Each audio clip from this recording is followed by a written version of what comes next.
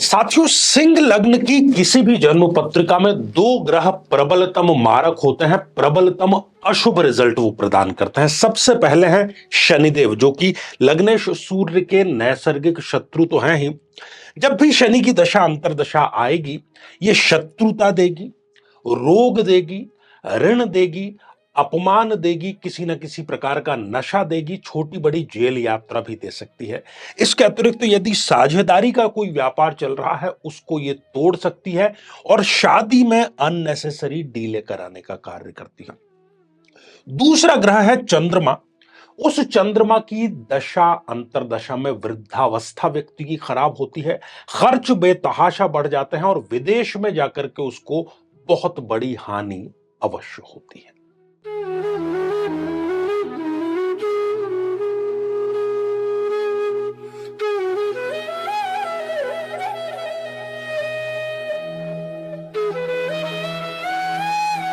साथियों, कहने को तो राहु का फिजिकली कोई अस्तित्व नहीं है, लेकिन जन्म पत्रिका की यदि हम बात करें, ग्रहों की यदि हम बात करें, तो जीवन के 80 से 85% समस्याएं कहीं ना कहीं राहु जनित समस्याएं हैं।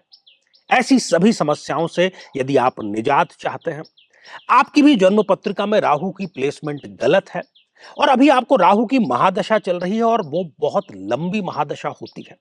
यदि आप राहु देव की शांति कराना चाहते हैं और राहु की इस महादशा को शांति पूर्वक बिताना चाहते हैं, तो जरूर भाग लीजिए 8 मई 2024, जो कि देव पितृ कार्य अमावस्या है और राहु शांति के लिए एक सर्वोत्तम अवसर है। जरूर इसमें आप भाग लेकर के राहु शांति भी कराएंगे और अपनी जो महादशा है उसको शांति पूर्वक बिताने में यह आपके लिए मील का पत्थर अवश्य साबित होगी।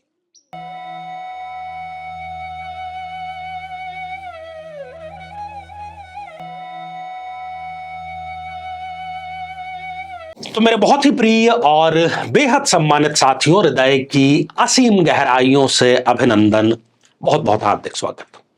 साथियों, इन दिनों हम मारक ग्रह और योग कारक ग्रह हर लग्न के कौन कौन से होते हैं इस पर चर्चा कर रहे हैं और हर एक व्यक्ति को, एक साधारण व्यक्ति को भी कम से कम ये तो पता होना ही चाहिए कि उसके लिए शुभ ग्रह कौन से हैं, अशुभ ग्रह कौन से हैं। क्योंकि शुभ ग्रहों की जब भी दशा अंतर्दशा आएगी, वो उसके लिए कुछ पॉजिटिव लेकर के आएगी और यदि नेगेटिव कुछ चल रहा है तो सोच लीजिए कि आपको मारक ग्रहों की दशा चल रही है।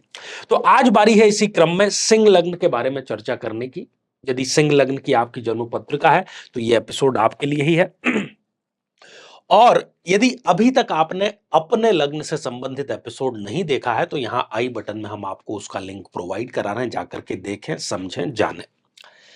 तो साथियों, शुरुआत करते हैं पहले पॉजिटिव। और यहां पर सिंह लग्न में कुछ पॉजिटिव इसलिए अधिक है कि यहां पर सामान्य से ज्यादा ग्रह योग कारक स्थिति में है, शुभ है।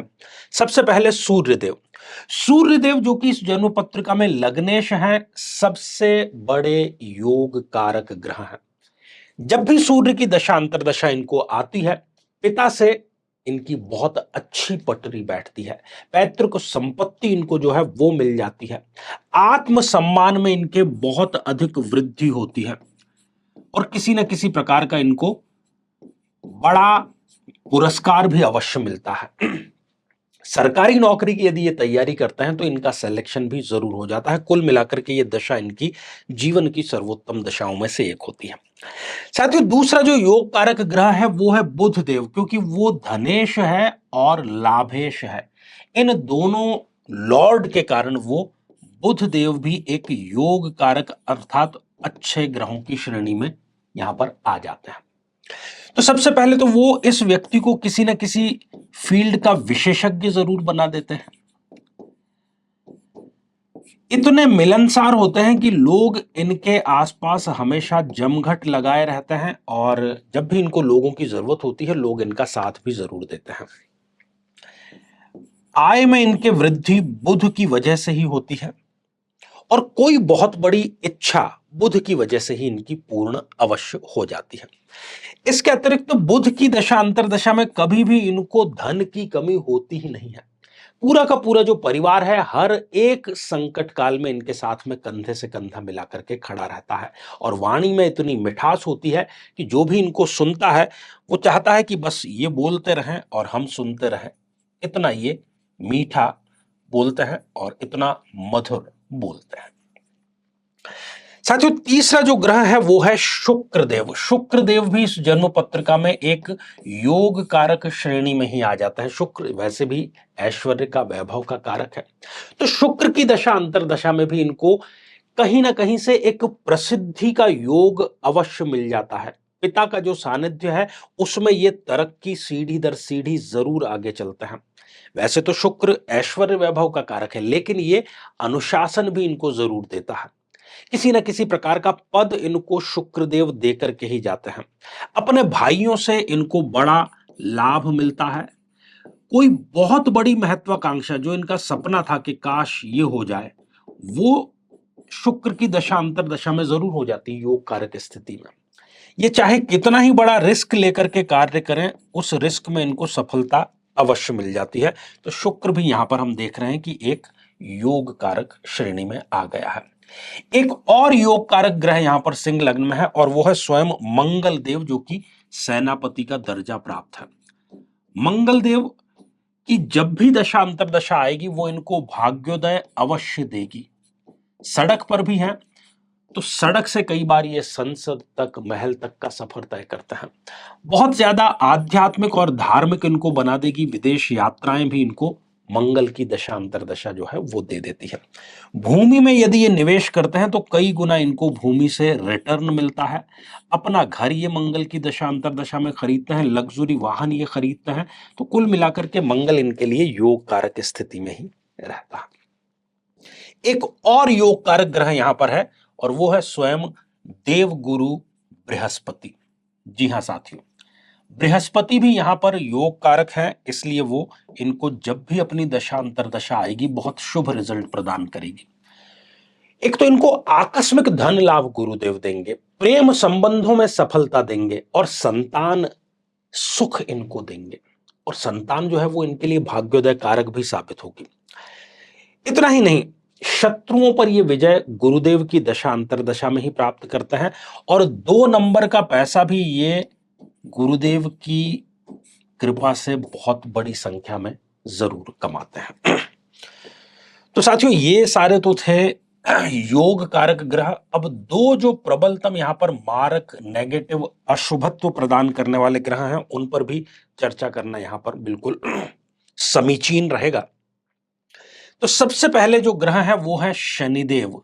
बिल्कुल भी अच्छी दशा इनकी नहीं रहेगी, जीवन की खराब दशाओं में से एक दशा रहेगी। सबसे पहले तो ये इनको इतने जाने या अनजाने शत्रु दे देगा कि ये देखेंगे कि असमंजस में कि ये मेरा शत्रु है या मित्र है। इतने ये इनको छुपे हुए शत्रु प्रदान कर देता है। रोग देता है और रोग भी इस प्रकार का कि जब वो रोग 99.9% तक परिपक्व हो जाता है, मैच्योर हो जाता है, तब जाकर के उस रोग के बारे में पता चलता है। तो उसको वो क्योर भी इतनी आसानी से नहीं कर सकते।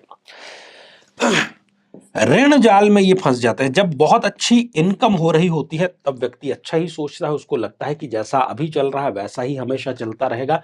उस समय ये अपनी आर्थिक स्थिति से बहुत अधिक ऋण ले लेते हैं और फिर उस ऋण को चुकाने के लिए दूसरा ऋण, फिर उसके लिए तीसरा ऋण। तो ऋण जाल में ये फंसते चले जाते हैं। छोटी बड़ी जो जेल यात्रा है वो भी इनको शनिदेव जरूर कर देते हैं। अपमानजनक स्थितियां बार बार इनके लिए और अपने ही लोगों से, जिनको इन्होंने सम्मान दिया वो ही इनका अपमान करने के लिए तैयार रहते हैं। और जब ये डिप्रेशन में चले जाते हैं तो कई बार ये नशे का नियमित रूप से जो सेवन है वो भी प्रारंभ कर देते हैं। शादी यदि इनकी नहीं हुई है तो शनिदेव इनकी शादी भी नहीं होने देता।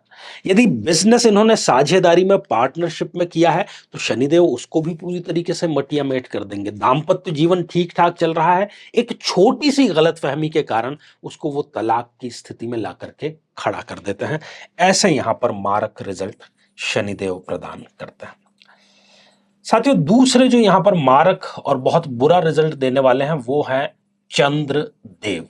जी हां साथियों, तो चंद्रदेव जो है वो इनके खर्चे इतने ज्यादा बढ़ा देंगे कि जब इनकी इनकम बहुत अच्छी है, आप 100 रुपए रोजाना कमा रहे हो और आप 50 रुपए खर्च कर रहे हो, फिर आपकी इनकम 50 हो गई तो आपने 50 के 50 ही खर्च कर दिए, फिर आपकी इनकम 25 रुपए हो गई, खर्चे 50 के 50 पर ही बने हुए हैं बल्कि बढ़ गए हैं।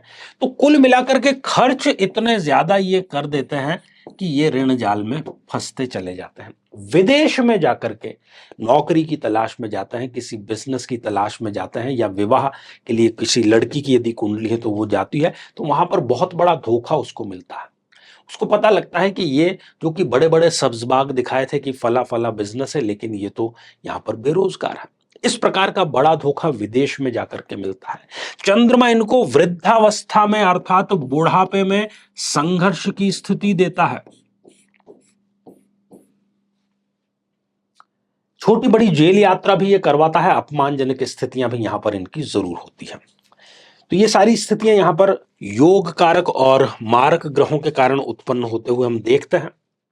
तो मारक ग्रहों का हमें दान करना चाहिए यदि उसकी दशांतर दशा चल रही है, और योग कारक ग्रहों का हमें मंत्र जाप करना चाहिए यदि उसकी दशांतर दशा चल रही हो। जीवन में किसी समस्या का सामना कर रहे हैं, जैसे कि शादी में देरी होना, पति पत्नी में मनमुटाव या तलाक तक की नौबत आ जाना, संतान का प्राप्त न हो पाना, नौकरी या धन प्राप्ति में बाधा आना, जीवन के प्रत्येक क्षेत्र में किसी न किसी प्रकार की बाधा आना, तो आज ही अपनी जन्म पत्रिका का संपूर्ण विश्लेषण करवाएं और पाएं समस्या से सदैव के लिए मुक्ति। तो श्रृंखला ये साथियों हमारी आगे भी जारी रहेगी, और अब समय हो चला है आप लोगों के कमेंट्स को शामिल करने का। तो पहला ही कमेंट है नीलम पाटीदार जी का। सर, मंगल दोष को भी खत्म किया जा सकता है क्या? यदि हाँ तो उपाय बताएं। देखिए, मंगल दोष के लिए सबसे अच्छा उपाय यह है कि उसका मिलान करके विवाह संपन्न किया जाए, और मंगल दोष के कई उपाय हमने पहले भी बताए हैं, और इसका एक बहुत साधारण सा उपाय है लेकिन असरकारक है, वो है मंगल चंडिका स्तोत्र का पाठ। तो वो आप जरूर करें। साथियों, अगला कमेंट जिस आईडी से आया है वो है आर साहा। क्या आप आज मेरा क्वेश्चन लेंगे? प्लीज टेरोट विद बोंग दीवा रीमा साहा। ये लाइव कार्यक्रम जो कि हमारा नियमित रूप से 3 बजे दोपहर में आता है, जिसमें हम निःशुल्क मार्गदर्शन करते हैं। तो नीलम, जो भी आपका नाम है आर साहा जी, आपको और सभी को हम बताते चलें कि वो रैंडम कार्यक्रम है। हम किसी का तयशुदा कार्यक्रम नहीं है कि हमें इसके कमेंट लेना है। तो जिसका भी कमेंट सामने आता है उसका ले लेते हैं, ये आपके किस्मत के ऊपर डिपेंड होता है। साथियों, अगला कमेंट है भावुक वर्मा जी का।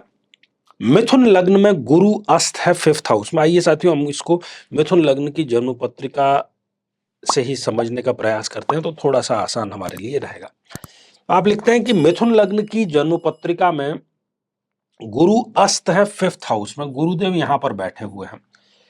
क्या मैं पुखराज स्टोन पहन सकता हूं? बिल्कुल भी आपको नहीं पहनना चाहिए, क्योंकि गुरु यहां पर आ गए अपने शत्रु शुक्र की राशि में। हालांकि 2 केंद्रों के अधिपति हैं, लेकिन यहां पर उनको केंद्राधिपत्य दोष लग गया है। अच्छा रिजल्ट आपको बिल्कुल भी वो नहीं देंगे। तो साथियों, आज के लिए केवल इतना ही, और इसी मंगल कामना के साथ में कि आप सभी स्वस्थ, समृद्ध और शांतिपूर्वक जीवन व्यतीत करें। नमस्कार।